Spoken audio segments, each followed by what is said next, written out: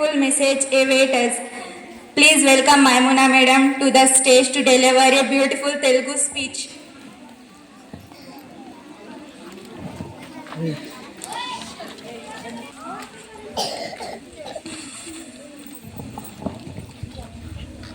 అస్సలాము అలైకుం వరహమతుల్లాహి వబరకాతుహు.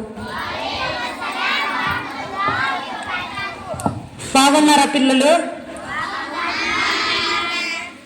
Okay, first మీరు మట్టిలో ఆడకుండా ఫస్ట్ చెప్పేదేనండి, సరేనా? గౌరవనీయులైన ప్రధానోపాధ్యాయులు, నా ప్రియమైన నా తోటి ఉపాధ్యాయులు మరియు ఉపాధ్యాయునులకు నా యొక్క నమస్కారాలు.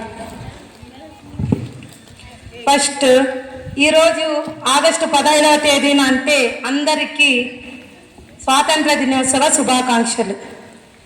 ఈరోజు మనందరికీ ఎంతో గర్వకారణమైన రోజు. ఎందుకంటే మనం స్వేచ్ఛగా ఊపిరి పీలుస్తూ మన కలలను మనమే నిర్మించుకొనే స్వాతంత్రాన్ని పొందిన రోజు ఇది.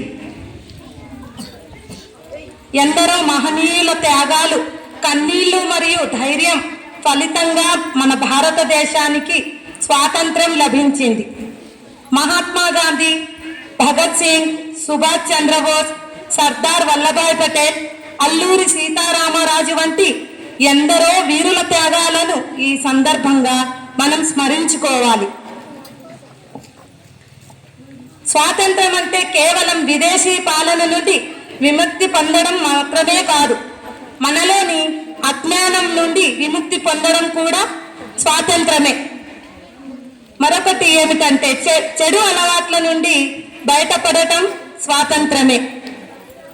నిజాయితీగా జీవించడం స్వాతంత్రమే. మన దేశం కోసం బాధ్యతగా పనిచేయడం నిజమైన దేశభక్తి.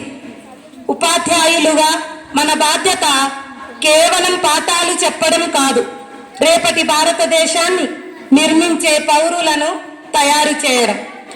ఈరోజు మన తరగతి గదిలో కూర్చున్న ప్రతి విద్యార్థి రేపటి శాస్త్రవేత్త కావచ్చు, వైద్యుడు కావచ్చు, ఉపాధ్యాయుడు కావచ్చు, సైనికుడు కావచ్చు, ఇంకా దేశ నాయకుడు కూడా కావచ్చు.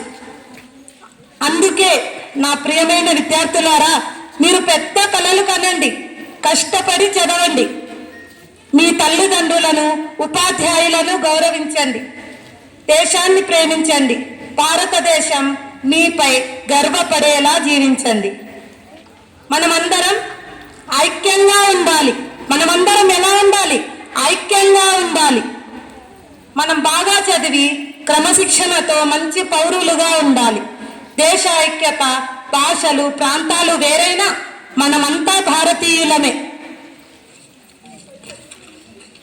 చివరిగా ఒక చిన్న మాట, దేశం మనకు ఏమిచ్చిందని అడగకండి, దేశానికి మనం ఏమిచ్చామో ఆలోచించండి. మన త్రివర్ణ పతాకం ఎప్పుడూ గర్వంగా ఎగురుతూ ఉండాలి. మన భారతదేశం ఎప్పుడు అభివృద్ధి పథంలో ముందుకు సాగాలి. జై హింద్, జై భారత్. అస్సలాము అలైకుం వరహమతుల్లాహి వబరకాతుహు. Thank you, madam.